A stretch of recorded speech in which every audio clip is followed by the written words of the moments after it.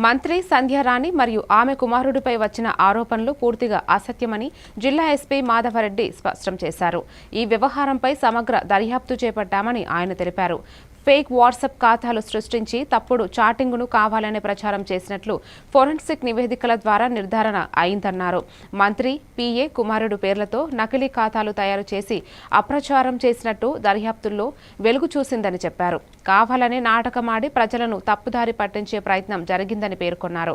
చట్టం ముందు అందరూ సమానమేనని, తప్పుడు ఆరోపణలు చేసిన వారిపై కఠిన చర్యలు తప్పవని హెచ్చరించారు. వర్క్ చేసిన అతని మీద కంప్లైంట్ ఇస్తూ అతను కొట్టడము, తిట్టడము, సెక్సువల్గా హరాస్ చేయడము, వారి అబ్బాయిని